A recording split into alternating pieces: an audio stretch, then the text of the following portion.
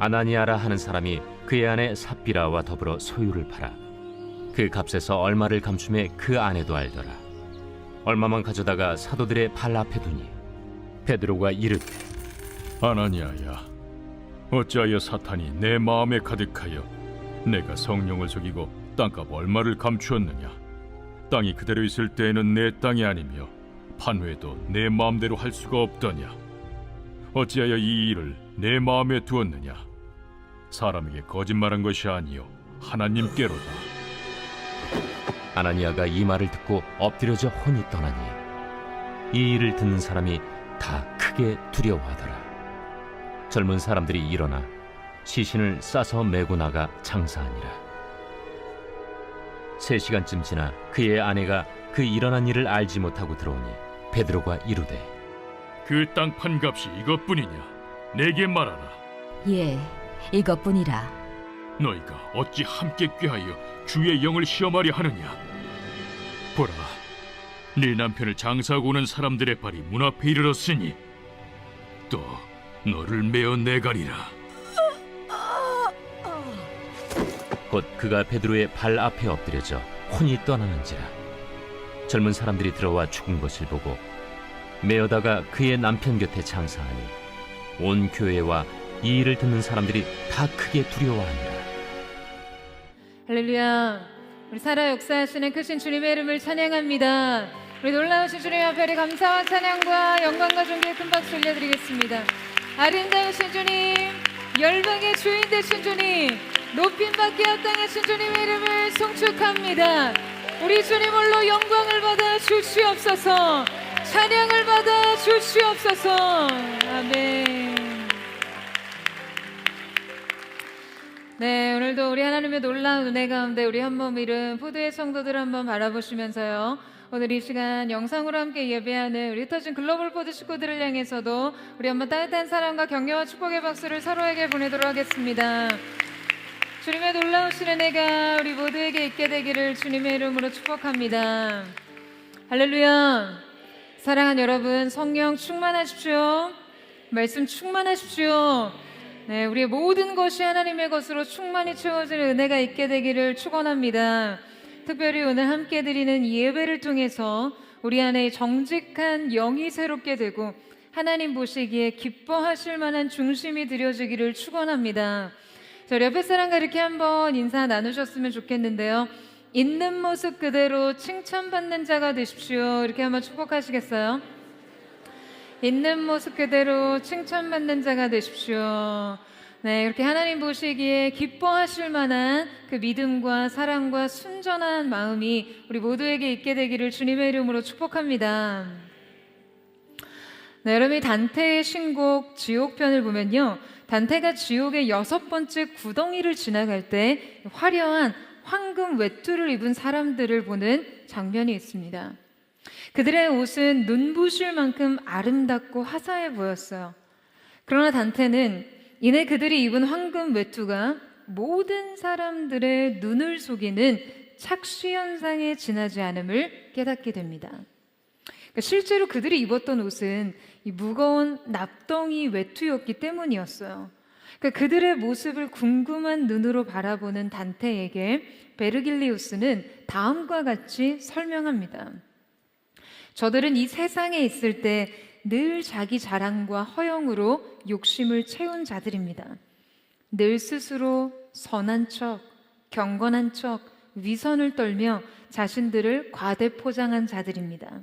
그들은 위선과 교만의 대가를 치르기 위해 황금 대신 납덩어리로 된 외투를 입고 거친 숨을 내뿜고 있는 것입니다.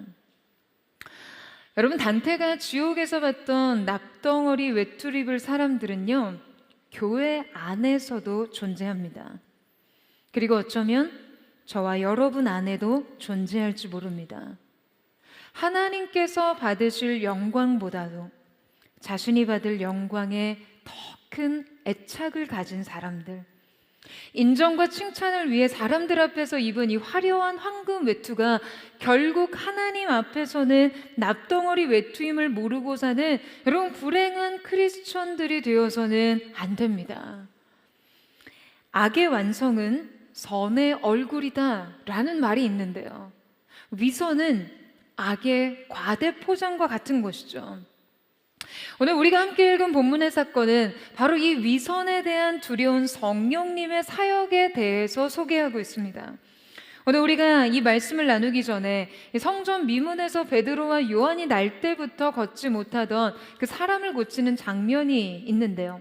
이 사건은 초대교회의 첫 번째 기적의 사건이며 성령 강림 이후 제자들의 강력한 변화상을 보여주는 매우 중요한 사건입니다. 뿐만 아니라 사도행전 2장에서 오순절 성령 강림이 일어난 후 3장에 이르러 실제 이 성령 충만한 공동체가 어떻게 세상에 선포되고 작동하는가를 보여줍니다.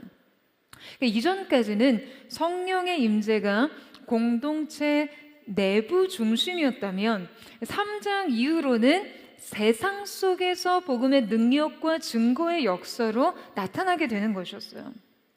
따라서 이 사건은 사도행전의 영적인 흐름과 이 초대교회 역사에서 결코 빼놓을 수 없는 중요한 사건인데요.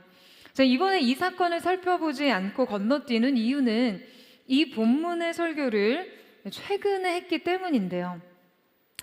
전혀 기억나지 않는다는 표정으로 계신 여러분을 이렇게 마주하면서 역시 성도들의 이 망각의 은혜로 제가 설교를 계속할 수 있다는 생각에 감사함을 느끼면서 이 말씀을 함께 이미 깊이 나눈 바 있기 때문에 이번에는 이 본문을 건너뛰고 이후 사건을 다루려고 하는데요. 그러니까 사도행전의 매우 결정적인 사건인 만큼 관심 있는 분들은 찾아서 들어보시면 좋을 것 같습니다. 네, 오늘의 본문은 사도행전의 기록 중에 어쩌면 가장 마주하기 싫고 마주하기 쉽지 않은 사건과 진실이 등장합니다. 바로 아나니아와 삽비라의 사건이에요. 자신의 재산 일부를 은닉하고 헌금을 했다가 그 자리에서 심판을 받고 죽음에 이른 비극적인 사건이었죠. 자, 그런데 이들의 헌금은 사도행전 4장의 초대교회 공동체 흐름과 연결되어 있거든요. 먼저 이 사건의 전말을 좀 파악하기 위해서는 당시 초대 교회의 영적 흐름과 맥락을 이해할 필요가 있는데요. 자, 우리 함께 4장 32절 말씀을 같이 한번 읽어보도록 하겠습니다. 시작. 믿는 무리가 한 마음과 한 뜻이 되어 모든 물건을 서로 통용하고 자기 재물을 조금이라도 자기 것이라 하는 이가 하나도 없더라. 자, 초대교회는 성령의 충만함 안에서 서로의 필요에 따라서 재산을 나누는 공동생활을 시작합니다. 일부 신자들은 자발적으로 자신의 재산과 땅과 집을 팔아 교회에 바쳤어요. 물론 이 소유를 팔아 재산을 하나님께 바치는 일은 어떠한 강제에 의한 것이 아니라 율법의 준수 행위가 아니었습니다. 이것은 전적으로 그들의 자발적인 사랑의 헌신에서 비롯된 것이었죠. 제가 지난주에도 말씀드렸지만 초대교회의 이러한 특징은요, 어떠한 경직된 인위적인 제도와 강제성에 의한 것이 아닌 인간 본성의 이기심을 완전히 정복한 성령의 역사에서 비롯된 것이었습니다. 그러니까 인간 본연의 이 소유 본능과 즉 이 개인주의까지도 성령님에 의해서 제압이 된 것이죠. 따라서 이것은 어떠한 제도와 규율이 쉽게 흉내낼 수 없는 부분이었어요. 여러분, 우리가 이때 꼭 짚고 넘어가야 할 것은요, 이 개인주의와 사적인 소유 그 자체는 죄가 아니라는 거예요. 그러한 논리라면 부자가 가난한 사람보다 훨씬 더 죄인이라는 거잖아요. 아니죠. 여러분, 부유함은 그 자체로 죄가 아니고요. 다만 죄의 유혹이 더 많을 뿐입니다. 자신의 소유와 자원과 권리를 추구하는 이 본성에 이기심이 틈타면요, 죄가 부식하기 굉장히 쉬운 지점이 된다라는 거죠. 그런데 초대교회 성령의 역사가 얼마나 강력했는지 지금 이 본능까지도 깊이 침투해서 지금 그야말로 지극히 인간적이지 않은 그 이상의 초월적인 능력이 발휘되었습니다. 이러한 영적인 분위기 속에서 오늘 말씀의 비극적인 주인공인 아나니아와 삽비라도 자신의 재산을 팔아 사도들의 발 앞에 바치게 되었는데요. 그리고 이 일은 당시 초대교회에 또 이 말씀을 대하는 우리에게 굉장히 충격적인 결말에 대해 전해줍니다. 여러분, 바로 무슨 일이 일어났죠? 그들이 이 일로요, 하나님의 즉각적인 심판을 받고 그 자리에서 죽었다는 점이에요. 초대교회 당시 이 일은 오순절 성령 강림 사건 이후에 그들에게 완전히 찬물을 끼얹는 사건이 됐어요. 오늘 함께 읽은 말씀의 5절과 11절에 보면 이렇게 기록되어 있습니다. 5절에 이 일을 듣는 사람이 다 크게 두려워하더라. 11절에 온 교회와 이 일을 듣는 사람들이 다 크게 두려워하니라. 여러분, 그들이 헌금을 바치다가 잘못돼서 죽음을 당한 이 사건이요, 당시 교회에는 엄청난 공포와 두려움을 조성했습니다. 여러분이 말씀을 대하는 우리 역시 어떤 생각을 하나요? 우리 안에 1차적으로 드는 거부감은요, 그들이 과연 이렇게 죽을 만큼 잘못했냐라는 거예요. 이렇게 즉각적인 심판을 받아 그 자리에서 죽을 만큼 그들의 잘못이 그렇게 대단한 것이냐라는 거죠. 왜냐하면 지금 그들이 저지른 죄는요, 사실상 우리에게 너무나 피부에 와닿는 죄거든요. 그러니까 말하자면 우리도 충분히 그럴 수 있다는 경각심을 주는 행위예요. 일반적인 사람들과 대단히 거리가 있는 어떤 잔혹하고 무자비하고 패륜적인 범죄가 아니었다는 거죠. 그러니까 우리가 이때 느끼는 거부감은요, 그의 죄가 충분히 나의 것이 될 수도 있을 만큼 지금 이 거리가 있는 것이 아니었는데, 문제는 그들이 죽었다는 거예요. 그들은 공개적인 자리에서 심판을 받고 그 자리에서 즉사합니다. 그러니까 이 처벌이 이해될 수 없이 지나치게 느껴지고, 지금 심지어는 그럼 나는 왜 살아있지? 나는 어떤 의문과 함께 영적 원리의 개연성과 일관성의 부족으로까지 다가오는 거예요. 여러분, 그렇다면 우리가 오늘 함께 살펴봐야 할 부분은요, 그들을 향한 하나님의 심판이 왜 이토록 즉각적이고 극명했냐라는 거예요. 분명 이것은 하나님의 의한 일이었으니 절대적으로 옳고 절대적으로 선한 일인데, 이 옳고 선한 일이 우리에게 납득되지 못하는 이유를 찾아야 하는 것이죠. 하나님과 진리에 대한 우리의 편협한 이해와 사고를 넓혀야 한다는 거예요. 오늘 이 말씀을 통해 우리 안에 거룩한 두려움을 갖고 하나님 앞에서 먼저 우리 자신을 돌아보며 이 사건에 대한 바른 이해를 갖기 원하는데요. 초대교회 첫 번째 권징인 아나니아와 삽비라의 사건이 우리에게 말해주는 그 첫 번째 경계석은 광휘가 큰 곳에 그림자가 더 짙다입니다. 여러분, 이 일은요, 지금 인간의 역사상 전무후무한 가장 강력한 성령의 임재가 인간 세계에 강력하게 임하였던 일 이후에 일어난 일이었습니다. 그러니까 이때 초대교회 안에는 성령님의 현현이 인류 역사상 가장 극대화되어 있었잖아요. 여러분, 이렇게 태양이 자결하는 순간에는요, 평소에 눈에 띄지 않는 뽀얀 먼지조차도 다 빛 가운데 드러나기 마련입니다.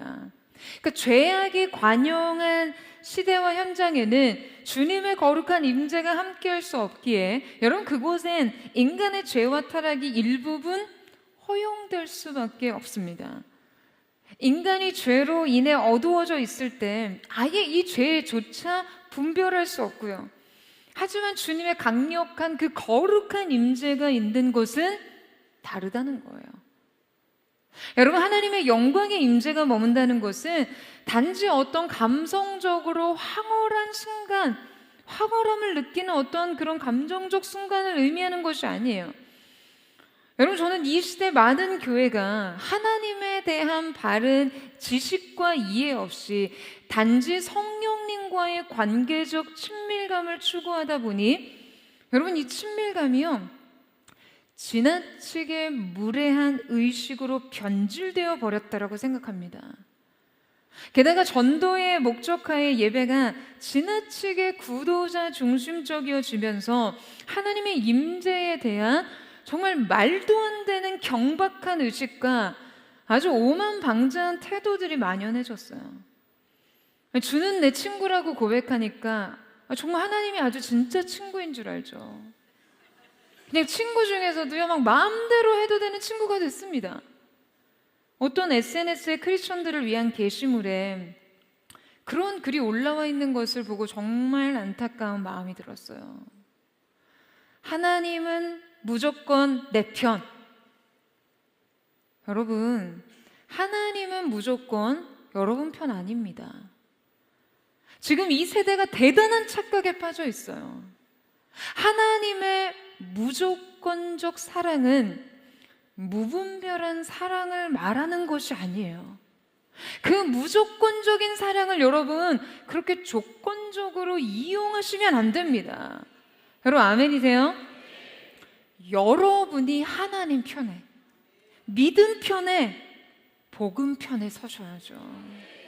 사람들 앞에서는 그렇게 쩔쩔매면서, 인간의 힘과 권력 앞에서는 그토록 비굴해지면서 하나님 앞에서는 기본적인 경외심조차 잃어버린 채 예배해서는 안 됩니다. 여러분, 하나님의 영광을 본 자는 반드시 죽을 것이라고 말할 만큼요, 그분의 존재는 너무나 절대적이고 또한 너무나 절대적으로 거룩하십니다.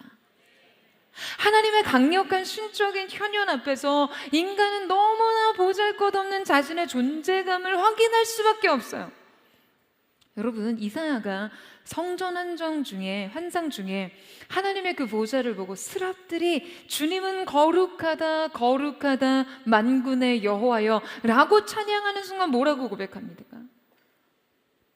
화로다 나여 망하게 되었도다 라고 고백하죠. 여러분, 이때 화로다라는 이 말은요, 히브리어로 오이리, 일종의 감탄사예요.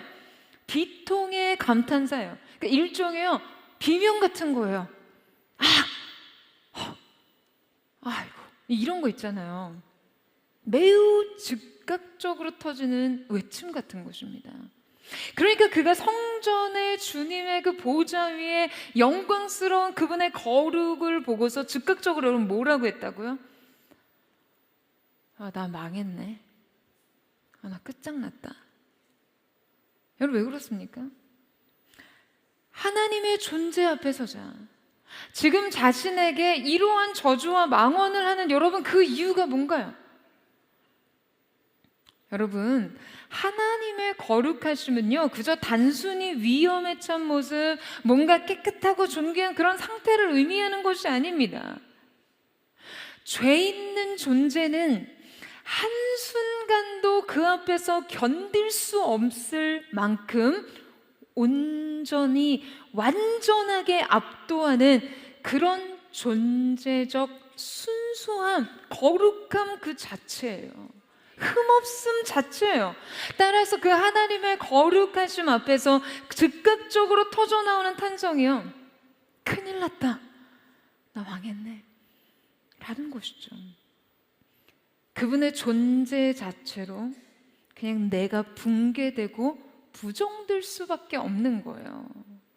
여러분, 사도 요한 역시 요한계시록에서 그리스도의 영광스러운 현상을 이 환상 중에 보고 여러분 뭐라고 고백합니까? 내가 그 발 앞에 엎드려 죽은 자같이 되매 라고 고백합니다. 그가 요한계시록 1장 12절에서 16절 말씀에서 부활하신 예수님의 영광스러운 모습을 묘사하죠. 눈은 불꽃 같고 음성은 많은 물소리 같으며 입에서는 예리한 검이 나오고 얼굴은 해처럼 빛난다라고 표현했습니다. 이때 그가 그 발 앞에 엎드립니다. 여러분, 이것은 경배적인 표현이기도 하지만요, 이것은 예배보다도 더 즉각적이고 반사적인 반응이에요. 여러분, 그때 그가 어떠한 상태였다고 기록합니까? 어떠한 상태였다고 그래요? 죽은 자 같이 되매, 헬라어로 호스 네크로스. 여러분, 이게 무슨 의미냐 하면요, 그냥 시체처럼 존재가 마비되어 버린 상태인 거예요. 여러분, 이것이 주님 앞에 선 우리 인간의 가장 1차적인 반응입니다. 그분의 크신 앞에서, 그분의 거룩과 위엄과 말로 형언할 수 없는 그 존귀 앞에서 인간은 그냥 더러운 먼지일 뿐이고 죽은 자 같아지는 것이죠. 여러분, 성령님의 임재 또한 마찬가지입니다. 성령님의 임재가 강한 곳에서 인간은요, 자기 포장을 유지할 수 없어요. 당시 초대교회는 성령의 현존이 실제하는 공간이었습니다. 따라서 더더욱 이 빛의 극명함에 의해 어둠의 존재도 더 쉽게 발각될 수밖에 없었죠. 그러니까 하나님의 영광이 극대화되는 순간 일반적으로 관용되던 죄조차 즉각적으로 심판될 수밖에 없는 이유예요. 여러분, 생각해 보세요. 내가 어떤 존재를 능욕하고 모함하고 그 명예를 훼손하는 행동을 한다 해도요, 그와 나 사이에 존재적인 거리가 있을 때 그런 행동을 하는 것이랑 그가 바로 내 코앞에 와 있는데 그런 행동을 하는 것은 너무나 다르죠. 어떤 군인이요, 자신의 상사 뒤에서 궁시렁궁시렁 거리고 흉을 봐도요, 막상 그 계급장 앞에서는 자기의 자세를 고쳐 쓰고 경례를 하죠. 그 지휘 앞에서는 전적으로 복종의 태도를 보입니다. 그런데 여러분, 만약에 그 앞에서조차 복종하지 않는다는 것은요, 그 권위에 대한 최소한의 존중조차 하지 않는다는 것이거든요. 그 대상의 존재가 지금 실제 내 앞에, 내 코앞에 있을 때 하는 모독은요, 그 모독의 책임과 도전의 강도가 훨씬 더 세집니다. 그러니까 내가 뒤에서 그를 조롱하는 행동을 하는 것과 실제로 지금 그 앞에서 직접 행동하라는 것은요, 이거는 뭐 훨씬 더 강한 도전이 된다는 거죠. 그 존재가 눈앞에 실제적일수록 그 앞의 행동은 훨씬 더 큰 거역과 도전이 되는 것이에요. 당시 초대교회에 임하신 성령님의 신적 현현이 너무나 분명했기에 여러분, 그 앞에서 자행된 일들이 더 즉각적인 처벌을 받을 수밖에 없는 것도 이와 같습니다. 왜요? 그 모독의 책임과 도전의 강도가 훨씬 더 센 것이기 때문에 지금 성령님께서 바로 이곳에 와 계시기 때문에, 그러니까 말하자면 임재의 밀도가 높을수록 처벌의 강도가 높을 수밖에 없는 것이죠. 여러분, 이해되세요? 여러분, 아나니아와 삽비라 사건 외에도 하나님의 영광이 직접적으로 드러난 사건에서는 심판 또한 매우 즉각적이었음을 알 수 있습니다. 여러분, 이스라엘이 출애굽한 이후에 시내산에서 율법을 받고 하나님의 임재가 거할 성막 짓기를 시작하죠.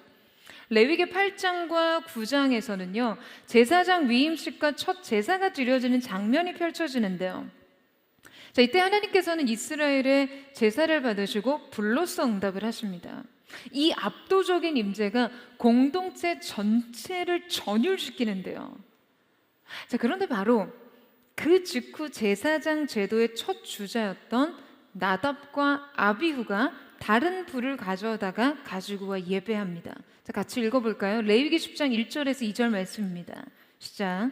아론의 아들 나답과 아비후가 각기 향로를 가져다가 여호와께서 명령하시지 아니하신 다른 불을 담아 여호와 앞에 분향하였더니 불이 여호와 앞에서 나와 그들을 삼킴에 그들이 여호와 앞에서.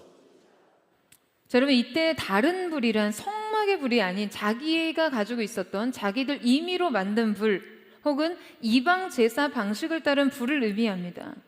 그러니까 말하자면 하나님께서 말씀하신 계시대로서의 방식이 아닌 자기 방식대로 자신들의 예배적 퍼포먼스에서 비롯됐다는 거죠. 이때 어떤 일이 일어납니까? 불이 여호와 앞에서 나와 그들을 삼키매 그들이 여호와 앞에서 죽은지라. 여러분, 주님의 임재를 상징하던 불이 이번에는 심판의 불로 바뀌어 그들을 삼킵니다. 그들을 집어삼킨 이 불의 출처와 그들이 즉각적으로 죽은 장소는요, 바로 여호와 앞에서라는 장소로 기록되어 있습니다. 하나님의 임재 앞, 성막 안에서라는 거죠. 여러분이 공개적이고 즉각적인 죽음은 오늘 우리가 함께 살펴보는 아나니아와 삽비라의 죽음과 닮아있죠. 여러분, 이러한 사건들은 아간의 심판에서도 웃사의 심판에서도 비슷하게 일어납니다.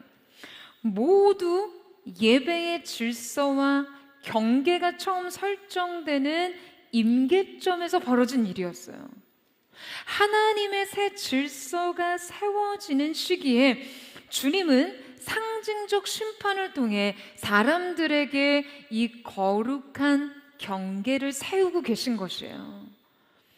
여러분, 하나님의 임재가 실제로 거하는 공간이 세워질 때 예배와 제사의 질서는요, 단지 형식이 아니라 생명과 죽음을 가르는 기준이 됩니다.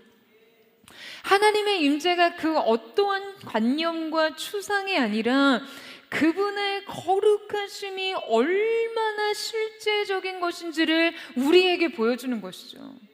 여러분, 주님께서 우리에게 가까이 오실수록 주님의 임재가 우리의 삶에 실제적일수록 우리가 그분 앞에서 어떠한 삶을 또 어떠한 태도를 선택해야 할지 너무나 자명한 것입니다. 여러분, 눈에 보이지 않지만 그분이 우리에게 임하실 때 우리는 그분의 현존을 의식하는 훈련을 해야 해요. 여러분, 아멘이세요? 보이지 않는다고 잊지 마십시오. 여러분, 침묵하신다고 방심하지 마세요. 여러분, 아멘이세요? C.S. 루이스는 나니아 연디기에서 하나님의 존재를 상징하는 사자 아슬란을 가리켜서 이렇게 말합니다. 그분은 안전한 분은 아니야. 하지만 선하신 분이지. 여러분, 하나님의 선하심이 언제부터 우리에게 이렇게 우리의 편의와 비위를 만족시키는 속성이 되었습니까? 우리는 대체 우리에게서 일어나고 자행되는 추악한 불의에 대해서 정작 자신의 마음과 옷을 찢지 못하고 하나님의 선하심을 공격하는 것입니까? 여러분, 우리의 불평과 원망이 하나님 앞에서 얼마나 교만한 것인지 아세요? 하나님의 하나님 되심 앞에서 비천한 존재인 우리가 내뱉는 이 원망과 불평들이요. 여러분, 그분은 선하시지만 동시에 안전한 분은 아닙니다. 주님의 이 위험한 선하심 앞에서 우리는 언제나 경외심을 가져야 합니다. 여러분, 아멘이세요? 주님의 임재를 의식하면서 언제나 자신을 삼가해야 하는 것이죠. 할렐루야. 여러분, 저는 이 겸손이 있게 되기를 주님의 이름으로 축복합니다. 두려운 하나님의 임재 앞에서 여러분 정신을 차리세요. 하나님의 하나님 되심과 여러분의 자금을 인식할 수 있는 영적인 겸비함의 태도가 갖춰지는 은혜가 있기를 축원합니다. 저는 이 거룩한 두려움과 주님 앞에서의 겸손이 예배하는 포도의 모든 성도들의 중심 가운데 새겨지는 은혜가 있게 되기를 주님의 이름으로 축원합니다. 초대교회 첫 번째 권징인 아나니아와 삽비라의 사건이 우리에게 말해주는 두 번째 경계석은 위선은 하나님 앞에서까지 자신의 실체를 발견하지 못하게 한다입니다.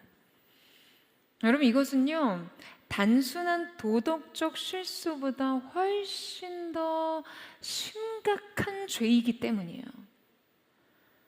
여러분, 이 사건은 단순히 헌금을 속였다는 외적인 행위보다도 지금 그 안에 도사리고 있는 인간의 내면의 뿌리 깊은 문제, 영적인 허영과 위선, 거짓을 드러내고 있습니다.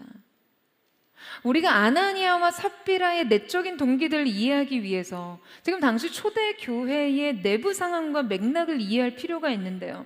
자, 앞선 사도행전 4장 36절과 37절 말씀을 한번 살펴보겠습니다. 같이 한번 읽어볼까요? 시작.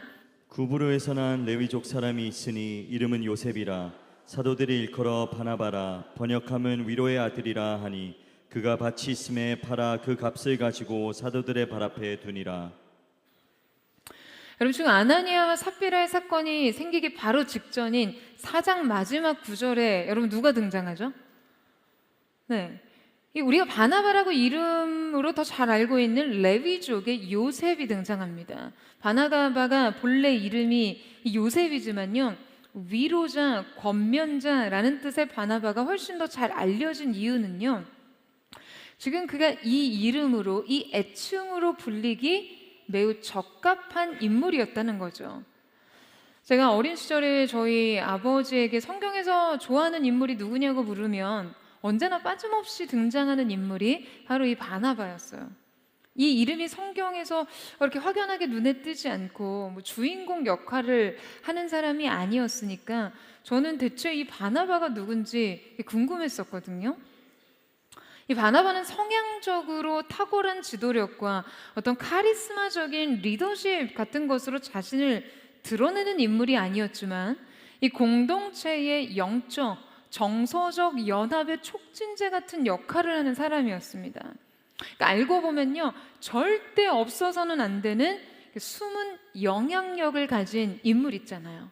그러니까 자신을 내세우고 드러내지 않으면서도 겸손과 용납과 중보적 은사로 공동체를 세우는 그런 인물 말이죠. 그가 얼마나 사람을 잘 세우는 사람이었으면 여러분, 교회가요 본래 그의 이름보다도 위로자, 권면자라고 불렀겠어요.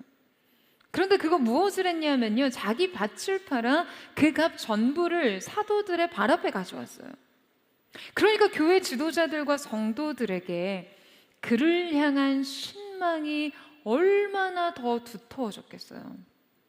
사도행전의 저자 누가는 지금 이 바나바의 헌신을 기록한 후에 바로 이어서 5장 1절과 2절에 다음과 같은 기록을 합니다. 아나니아라 하는 사람이 그의 아내 삽비라와 더불어 소유를 팔아 그 값에서 얼마를 감춤해 그 아내도 알더라. 얼마만 가져다가 사도들의 발 앞에 두니. 바나바와 아나니아와 삽비라 부부는요, 둘 다 자기의 소유를 팔았고요. 그리고 그들 모두 지금 이것을 사도들의 발 앞에 두었습니다. 성경의 장이요, 4장과 5장으로 이렇게 명확하게 나눠져 있지 않았더라면 아마 우리는 두 구절이 비슷하게 반복되어 있다는 것을 더 쉽게 깨달았을 거예요. 이 일이 이렇게 연이어 기록된 것으로 보아 지금 아마도 여러분, 이 아나니아와 삽비라 부부는 초대교회 바로 직전에 있었던 이 사건, 바나바가 자기 소유를 팔아 사도들의 발 앞에 둔 이 사건에 굉장히 큰 영향과 자극을 받았을 거라고 짐작할 수 있습니다. 분명 이 둘은 굉장히 연관성이 있는 사건이었다는 거죠. 사실 이 두 구절은요, 아나니아와 삽비라에게 한 가지 행위가 끼어들지만 않았다면 거의 데칼코마니 같은 그런 상황이었어요. 비슷한 일이었고 유사한 행위였어요. 심지어 누가 그들이 모두 자신의 소유를 사도들의 발 앞에 두었다는 이 말을 지금 누가는 원어적으로도 두 구절을 똑같이 복사 붙여쓰기 한 듯 동일한 표현과 방식으로 원어를 보도 동일하게 그렇게 기록되어 있습니다. 누가가 이 두 사건과 두 행위를 서로 강하게 연관짓게 하는 의도에서 지금 이렇게 기록을 하지 않았을까요? 여러분, 이 기록에 의하면 그들이 사도들의 발 앞에 이 헌금을 두는 이 행위는 매우 공개적인 행동이었을 거예요. 공동체 앞에서의 헌신의 의식으로서 말이죠. 다만 아나니아와 삽비라가 팔고 바친 이 사이에 바나바의 경우와 달리 한 가지의 일이 끼어든 거죠. 그들이 이 값에 얼마를 감추었고 전체 금액에서 이 감춘 금액을 뗀 부분을 가져다가 사도들에게 바쳤다는 거예요.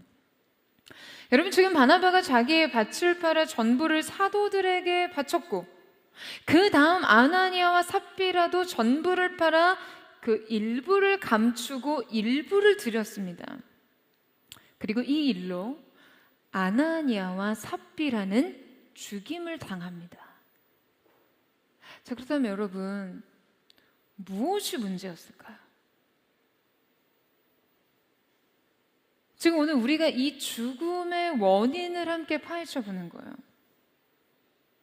지금 헌금을 온전히 다 바치지 않아서요. 이 둘의 차이는 아나니아의 삽비라가 그 일부를 감췄다는 건데요. 그렇다면 아나니아와 삽비라의 소유에 대한 어떤 불안, 어떤 탐심이 죽음의 원인입니까? 여러분, 이 일은요, 단순한 물질적 탐식과 어떤 소유에 대한 집착 때문에 일어난 일이 아니었습니다. 자, 오늘 본문 4절 말씀 보시겠어요? 같이 한번 읽겠습니다. 시작. 땅이 그대로 있을 때에는 내 땅이 아니며 판 후에도 내 마음대로 할 수가 없더냐. 어찌하여 이 일을 내 마음에 두었느냐. 사람에게 거짓말한 것이 아니요 하나님께로다. 자, 여러분, 지금 이 말씀은 베드로가 아나니아의 문제를 지적하면서 책망하는 말인데요. 땅이 그대로 있을 때 내 땅이 아니며 판 후에도 내 마음대로 할 수 없더냐 라는 이 말이 무엇입니까? 여러분, 이 말은요, 헌금을 얼마 하는 것은 결코 강요된 것이 아니었다라는 것을 명확히 하는 거죠. 말하자면 너의 소유 전부를 헌금하지 않았다고 해서 그게 문제될 것이 아니라는 거예요. 그것은 어차피 너의 것이었고 그것을 바치는 것은 결코 강요된 것이 아니기 때문이었어요. 그러면 대체 문제가 무엇이냐? 문제는 바로 그들의 위선이었습니다. 결코 전부를 요구한 적이 없고 헌신도 강요한 적이 없는데도 불구하고 그들은 거짓된 퍼포먼스를 통해 공동체의 공공연히 거짓된 메시지를 전달하고 있었다는 거죠. 그들의 헌신과 동기는 교회와 가난한 사람들을 돕고자 하는 마음 때문이 아니었어요. 바나바가 땅을 팔아 바친 일로 온 교회로부터 칭찬을 듣는 것에 대한 질투 때문이었습니다.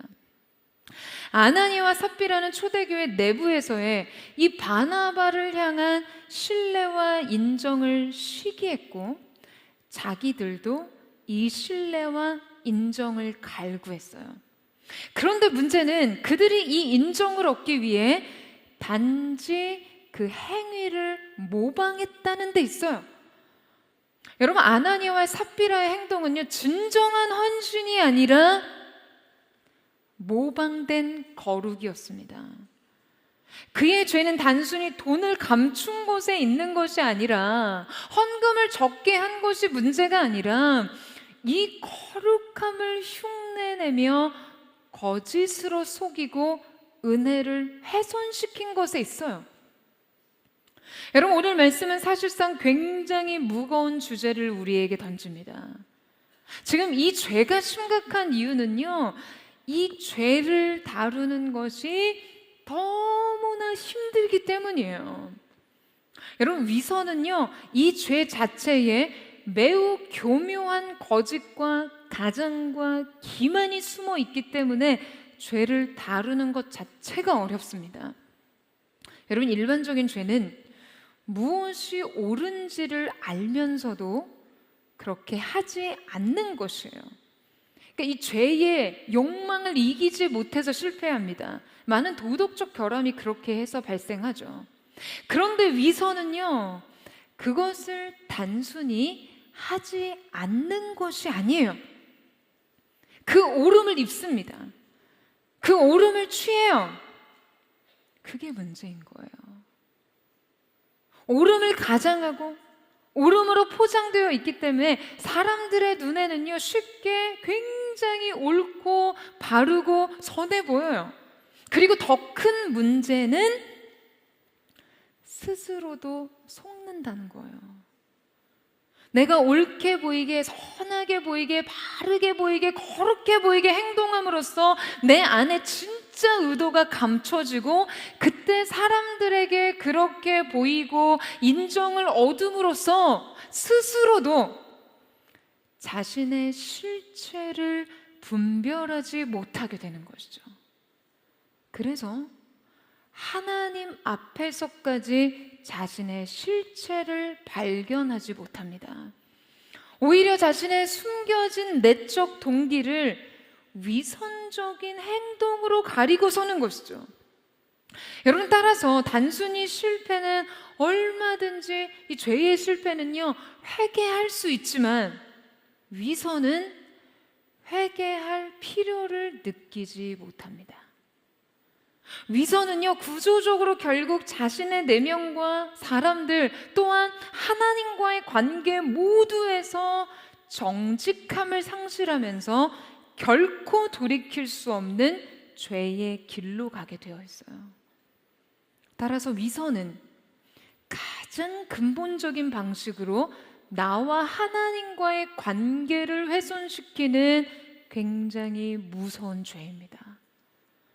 왜냐하면 우리가 하나님 앞에 은혜를 입기 위해서 여러분 가장 필요한 한 가지가 있다면 죄인의 자의식이거든요. 죄에 대한 통렬한 인정과 인식이 필요해요. 죄에 대한 철저한 자각과 그리스도의 의에 대한 철저한 의존을 통해서만 여러분 우리는 의로움을 입습니다. 할렐루야. 여러분 이 사실을 믿으세요? 여러분 복음은요, 진실한 죄인 앞에 결코 그 은혜를 거두지 않기 때문이에요. 하지만 위선은 그 본질상 죄인이 아닌 척하게 하는 죄입니다. 죄인이 아닌 척하게 하는 죄요. 여러분 위선은 의인을 가장하는 죄이니까요. 여러분 누군가가 어떠한 일로 공연히 책망을 받거나 비난을 받게 되는 상황이 발생할 때요, 결백한 사람은 그 책망과 비난 앞에서 어떠한 행동을 보이죠? 그들은 자신의 결백을 주장하기 위해서요, 의식적으로 고개를 꼿꼿이 듭니다. 그리고 그 죄의 몫과 책임에 자신은 아무런 상관이 없다는, 관련이 없다는 표정을 지어요. 결코 죄인처럼 고개를 떨구고 참담하고 후회스럽거나 죄스러운 표정과 행동을 취하지 않아요. 이것이 결백한 자들이 스스로 결백을 입증하는 무언의 태도입니다. 그리고 동시에 이것은 위선자들의 태도죠. 왜냐하면요, 위선자들은 스스로 자신의 결백을 연기하는 자들이거든요. 위선은요, 일종의 연기예요. 그들은 필사적으로 또 필연적으로 꼿꼿한 죄인, 뻔뻔한 죄인이 될 수밖에 없습니다. 문제는 연기를 더 잘하기 위해 자신이 진짜 그런 사람인 양만 그렇게 이입을 하고 결국 스스로도 속는다는 거예요. 결국 자신이 죄를 짓고 있다는 죄의 의식에 대해 극도로 무뎌지는 것이죠.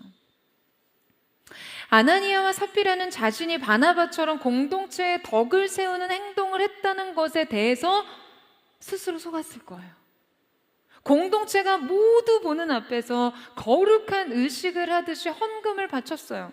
자신들도 바나바처럼 소유를 팔았고 동일하게 사도들의 발 앞에 가지고 나왔다는 이 외적인 경건에 대한 자아도취, 자기 도취에 빠져서 자신의 내적인 동기 따위는 문제 삼지 않았을 거예요. 내가 어떠한 의도로 이것을 하고 있는지에 대해서 의식하지 않았어요. 외형의 유사성에 동기의 극단적인 차이가 있었음에도 그들은 자신을 속였고 공동체를 속였고 성령님을 속이려 한 것이었습니다. 그렇기 때문에 그들은 베드로가 그들의 죄를 책망하며 회개의 기회를 줬을 때도 이 기회를 놓치고 말아요. 그러니까 정말이지 그 어느 죄보다도 여러분 하나님 앞에서 위험한 죄입니다. 여러분, 위선과 기만은요 사실상 의심과 두려움의 생산물이기도 해요. 하나님의 사랑을 충분히 믿고 신뢰하지 못하기 때문에 내가 이렇게 하지 않으면 하나님과 사람 앞에서 인정과 칭찬을 받지 못할 것 같은 두려움 때문에 생기는 동기예요. 온전한 사랑이 두려움을 내어 쫓나니 그리스도의 사랑 안에서 누리는 자유가 없어서 사람들의 칭찬과 인정에 속박되어 있어요. 그러니까 사단이 이 두려움을 이용해서 성령의 충만한 역사와 부흥이 일어난 초대 교회에 반격을 가합니다. 여러분, 이러한 두려움이 우리의 행동, 우리의 헌신, 섬김, 삶의 동기가 되어서는 안 됩니다. 여러분 아멘이세요? 그럴 때 우리는 하나님을 기만하고 자신과 공동체를 속이면서 스스로 선하고 옳다는 자의식 속에서 구원받지 못합니다. 여러분 구원을 위해서는요 언제나 우리는 죄인이라는 인정이 필요하기 때문이에요. 여러분 저도 이 말씀 준비하면서 이 죄에 대한 심각성을 새삼 깨닫고 원고를 쓰던 중에요 종종 멈추고 제 안에 생각나는 위선적인 죄를 하나님 앞에 고백하며 회개하게 되더라고요. 이 죄가 얼마나 우리에게 뿌리 깊은 죄이며 이 죄의 뿌리는 우리의 내면에서 쉽게 제거되지 않는 것을 깨달았기 때문이에요. 왜 그토록 주님께서 세리와 창기를 가까이 하시면서도 이 위선과 외식이 가득했던 바리새인들을 저주하시고 책망하셨는지를 알게 됐어요. 여러분 말씀을 대할 때마다 이거 너무 과도한 처벌같이 느껴지던 이 사건이 하나님의 관점에서 얼마나 마땅한 일이었는지 이제 이해가 되십니까? 우리는 오늘 이 말씀을 통해 우리의 삶의 기준과 가치 판단을 다시 한번 정립해야 한다는 생각을 하게 됩니다. 진실을 가장한 모방된 거룩이 우리의 삶에 얼마나 득실거리는지를 통렬히 깨닫게 되죠. 내가 사람 앞에 진짜처럼 보이고 싶으니 거짓된 욕심에 사로잡혀서요 하나님 앞에 서 있는 자신은 안중에도 없는지 말이에요. 오늘 우리가 이 말씀을 통해 주님 앞에 이사야와 같이 사도 요한과 같이 여러분 그러한 고백을 할 수 있기를 바랍니다. 죽은 자처럼 그분 앞에 엎드려 우리의 모든 자화와 주권이 주님의 거룩하심과 완전하심 앞에 분개되었음을 고백하는 것 말이죠. 여러분 인정하세요? 여러분 인정하세요? 우리 자신의 옷깃을 주님 앞에 여밀 수 있어야 합니다. 하나님 앞에서 우리의 언어를 조심하셔야 돼요. 여러분 팀 켈러는 이 사건에 대해 왜 그들이 죽었냐보다 왜 우리는 아직 살아있는가를 묻게 하는 사건이 되어야 한다라고 말했습니다. 너무나 동의가 되는 말이죠. 여러분 우리 대부분이 동일한 위선을 가지고 살아가면서도 죽지 않았다는 사실을 통해 이 하나님의 오래 참으심과 은혜가 얼마나 큰지를 깨달아야 한다고요. 여러분 정말 그 깊은 은혜에 대한 깨달음, 그 하나님의 거룩하심, 그 크신 하나님에 대한 우리 자신에 대한 인식과 자각이 우리 모두에게 있게 되기를 주님의 이름으로 축복합니다. 여러분 우리는요 반드시 거룩한 삶을 살수록 더욱더 거룩한 삶을 추구할 수밖에 없습니다. 그분의 빛 가운데 드러날수록 여러분 우리의 죄를 미워하고 어둠을 거부할 수밖에 없어요. 왜냐? 성령님의 임재와 조명하심이 결국 우리에게 죄에 대한 분별을 주시고 죄에 대한 통렬한 회개를 허락하시기 때문입니다. 여러분, 하나님의 나라는요 철저한 부익부 빈익빈이에요. 영적인 부요가요 더 깊은 부요를 부릅니다. 영적인 빈곤은 계속해서 더 깊은 무지와 고갈로 나아가는 것이죠. 따라서 우리가 이 거룩한 삶의 방향성으로 계속해서 더 깊이 나아가야 하는 것입니다. 여러분, 우리는 언제든지 넘어지고 실수할 수 있지만 다시 이 방향성으로 설 때 우리의 영혼에는요 영적 분별이 장착됩니다. 거룩 앞에서 드러나는 즉각적인 반응으로요. 여러분, 저는 오늘 그 거룩하신 하나님의 임재 앞에서 우리 자신을 보게 되는 은혜가 있기를 축복합니다.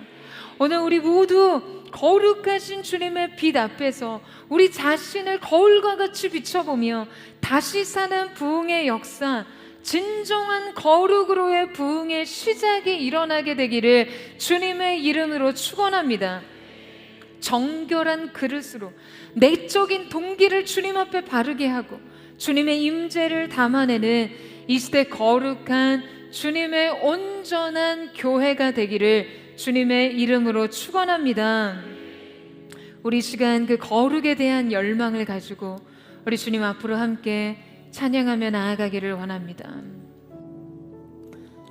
사랑하는 주님, 우리가 온전히 주님 앞에 서서 주님이 기뻐하시는 삶의 모습을 주 앞에 드리고 고백하기보다 사람들의 인정과 칭찬을 받기 위해 의도적으로 우리 자신을 가리며 행동했던 모든 위선적인 태도, 이 삶의 과대포장을 주님 앞에 찢어내기를 원합니다.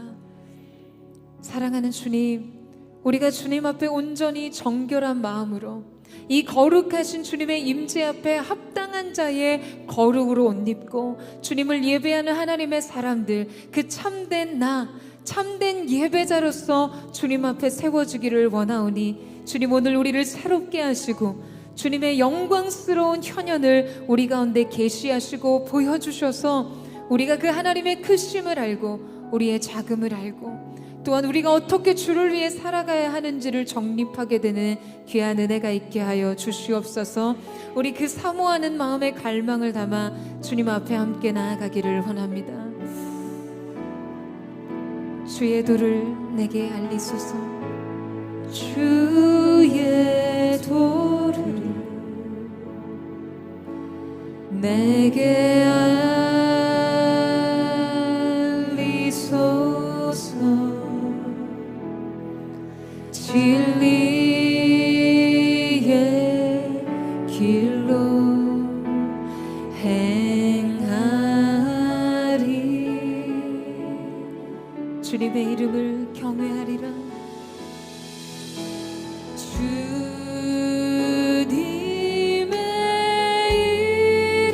이름을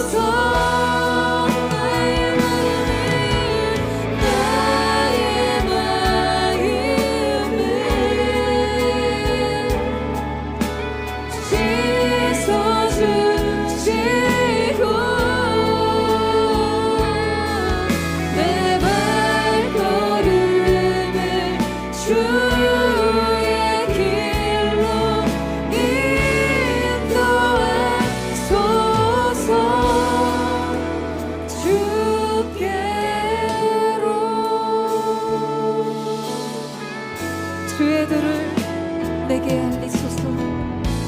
주의 도를 내게 알리소서. 진리의 길로 행하리. 진리의 길로 행하리. 주님의 이름은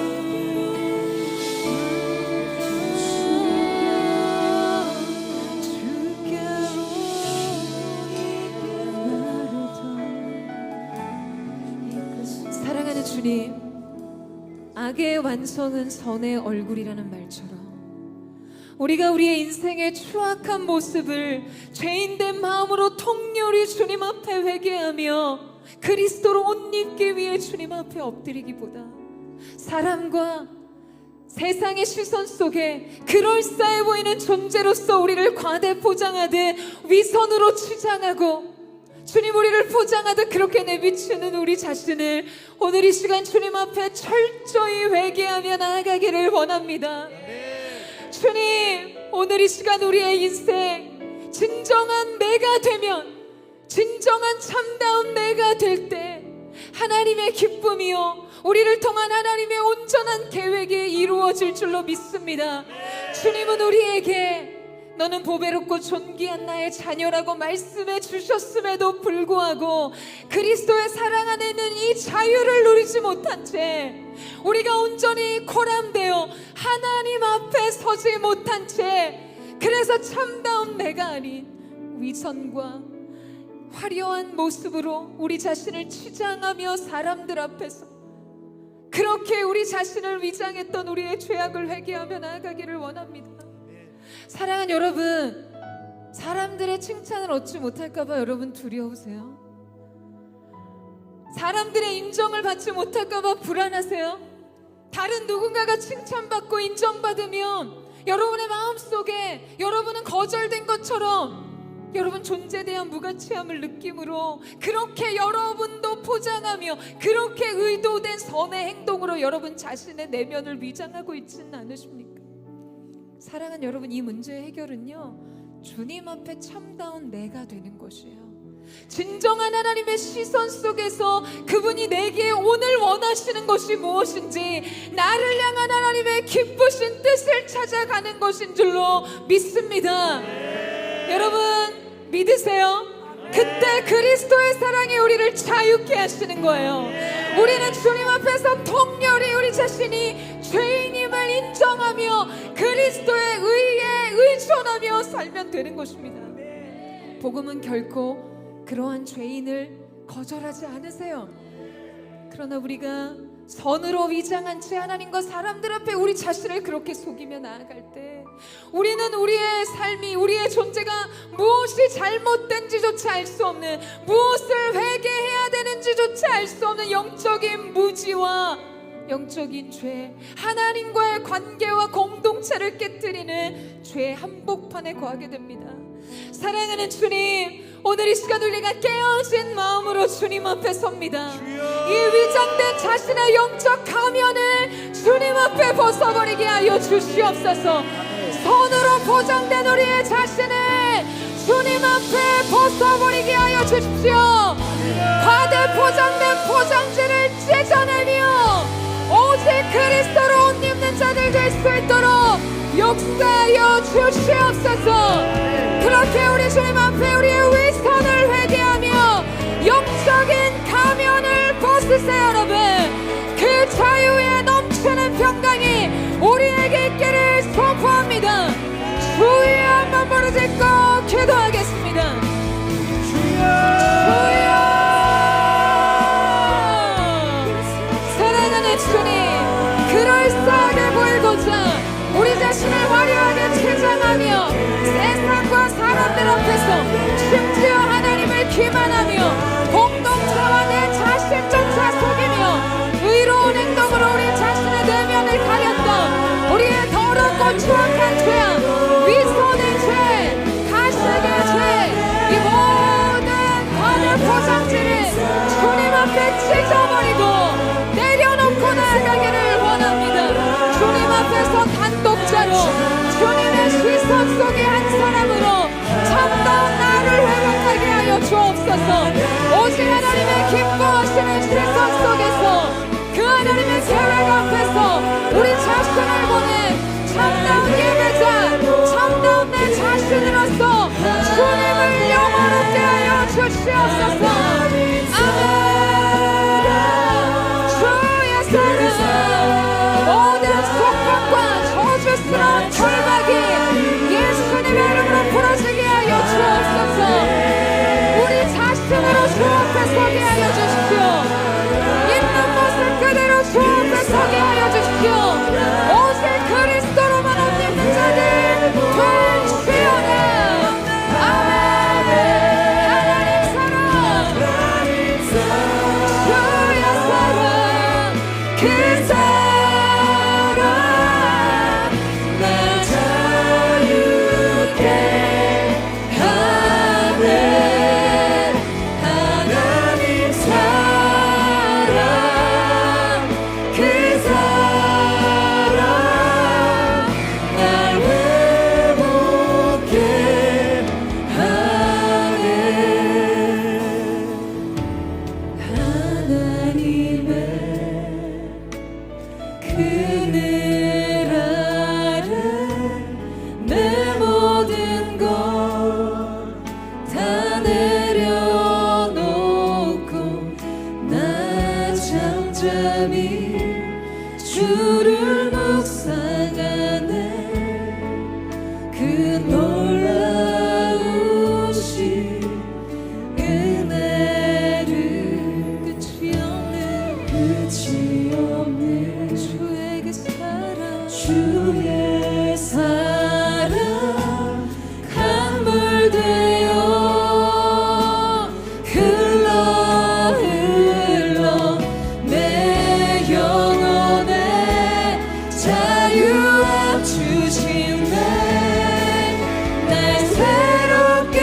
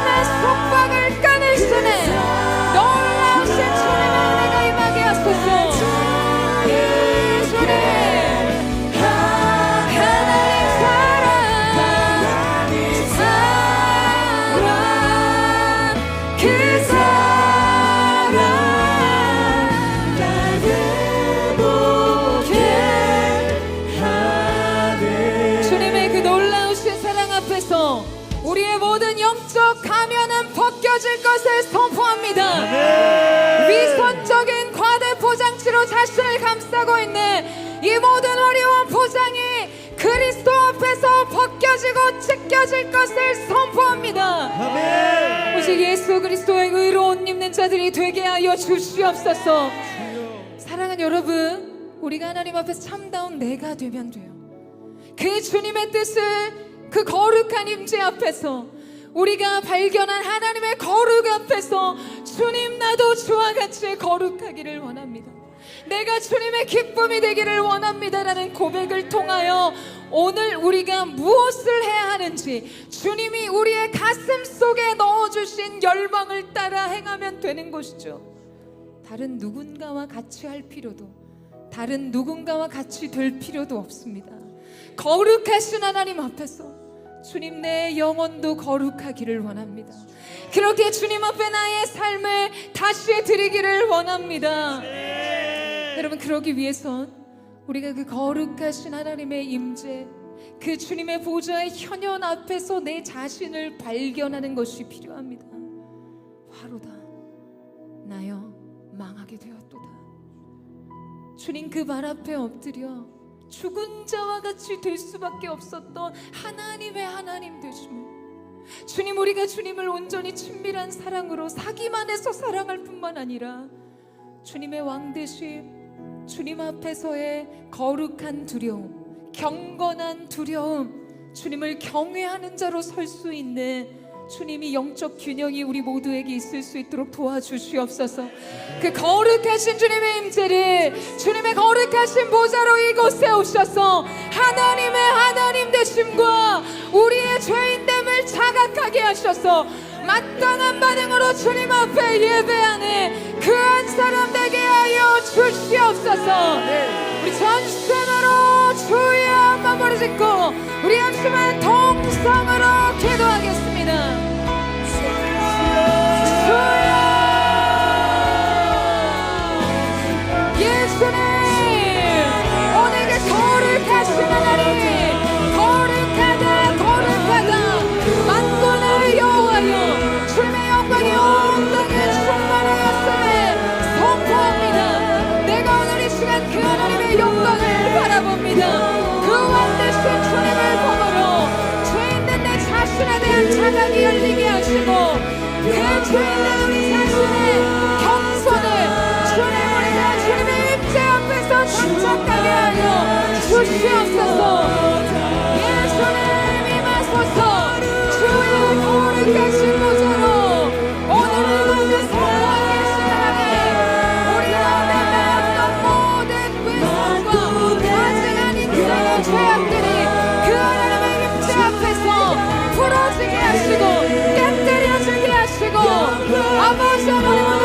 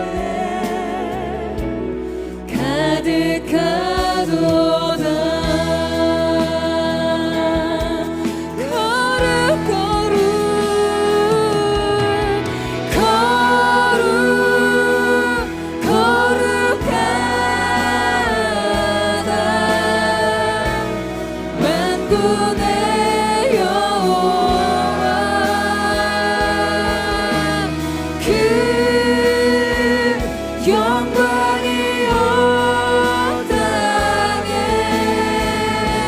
충만하신 선포하며 거룩하다 우리가 외치며 선포하는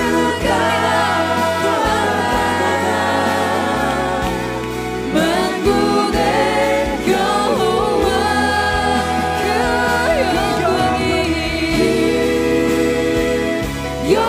영광이 온 땅에 충만하신 두 손 높이 들고 거룩하다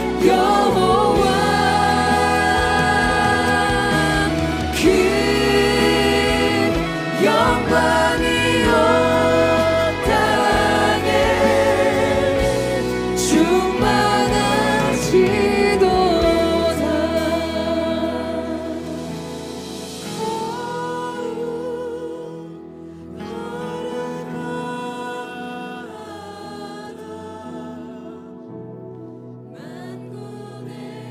여호와 그 영광이 온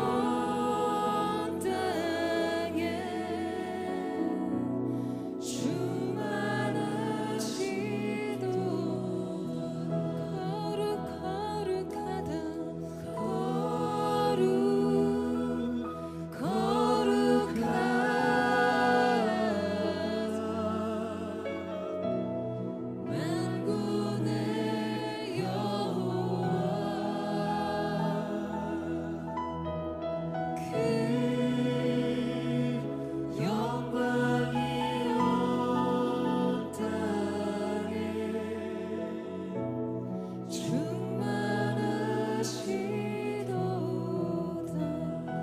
그의 눈은 불꽃 같고 그의 음성은 많은 물소리 같으며 입에서는 예리한 검이 나오고 얼굴은 해처럼 빛났다.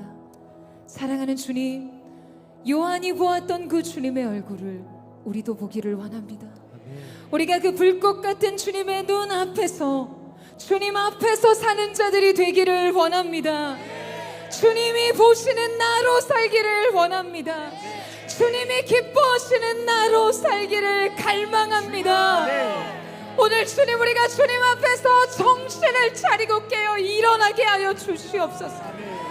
우리가 누구 앞에 서 있는지를 알게 하여 주시옵소서. 우리의 입술을 주님의 제단 숯불로 태워 주옵소서. 주님, 마땅히 하나님 앞에서의 경외함과 두려움을 갖게 하셔서 입술의 모든 원망과 불평이 예수님의 이름으로 떠나가게 하여 주시고 모든 추악한 윗선의 행동들이 벗겨지게 하시며 참다운 예배자로서 경건한 거룩의 두려움으로 옷 입고 주님을 예배하며 고람되어 주님 앞에 사는 자들이 될 수 있도록 역사하여 주시옵소서. 오늘 이 시간 우리가 주님 앞에 서기를 원합니다. 주님 앞에서 살기를 원합니다. 진정한 내가 되기를 원합니다. 주님이 기대하시는 참다운 나로서 참된 예배자로 서기를 원하오니 주님, 오늘 이 임재의 의식이 우리 가운데 있게 하여 주옵소서. 우리의 삶이 주님 앞에서 주님이 명하신 불로 주를 예배하는 거룩한 예배자 되게 하여 주옵소서. 우리 주의 한번 부르짖고 우리의 삶을 애탁하며 결단하며 합심한 동성으로 기도합니다.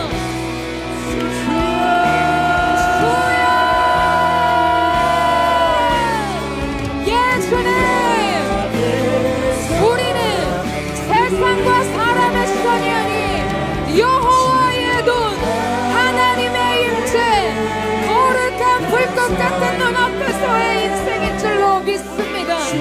그렇게 우리가 주 앞에 살게 하여 주십시오. 말할 수 없는 주님의 임재를 오늘 우리 가운데 부어주시고 우리의 가슴 속에 그 임재를 향한 열망, 하나님 앞에 서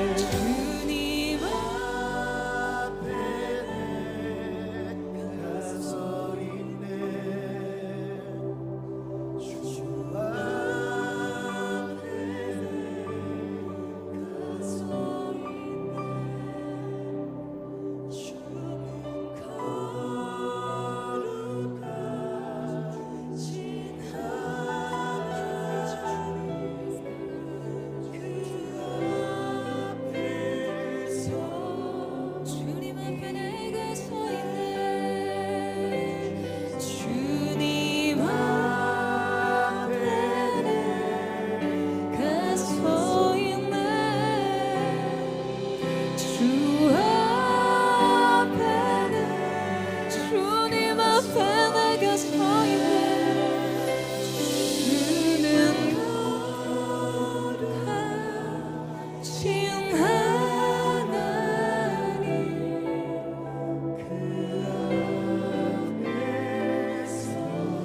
여러분 마지막으로 한 가지만 더 기도했으면 좋겠습니다. 우리 강렬하게 정말 하나님 앞에 이 열망을 고백하며 주님 예배의 영으로 우리 가운데 기름 부어 주십시오. 우리가 그렇게 하나님 앞에 서 있을 때 우리로부터 시작된 예배가 아닌 마음과 뜻과 정성을 다한 최선의 예배를 넘어서는 예배의 영광 안에 가둬진 예배의 영의 기름 부으심 하나님의 영에 감동된 예배로 주님 앞에 새로운 부흥의 시즌을 맞이하게 하여 주시옵소서. 내가 내 신을 만민에게 부어준다 말씀하신 하나님의 영의 기름 부으심을 사모합니다. 예배의 영을 부어 주시옵소서. 신령과 진정으로 주를 예배하는 이때의 예배가 회복되게 하여 주시옵소서. 우리 주여 세 번 부르짖고 우리 합심한 동성으로 기도합니다. 주여 주여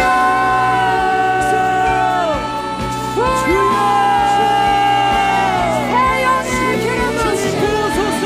주의 거룩하시는 예배의 영의 기름 부으심 내가 나를 너희에게 부어주리라. 내가 나의 신을 만민에게 부으시겠다 말씀하신 그 하나님의 성신의 기름 부으심이 사랑하는 포도처 위에 물 붓듯이 부으시게 하여 주시옵소서. 최선의 예배를 넘어서는 기름 부어진 예배 성령이 주도하시는 예배 성령님이 기뻐하시는 예배 성령님을 높이는 예배 예수님 행하신 일들로 높임을 받아주십시오. 우리가 주님의 행하신 일들의 항복을 선언합니다. 주님 우리가 항복합니다. 그 사랑이 엎드려 주님이 행하시는 일들 속에 온전히 주를 경외하는 자들이 일어서게 하여 주시옵소서.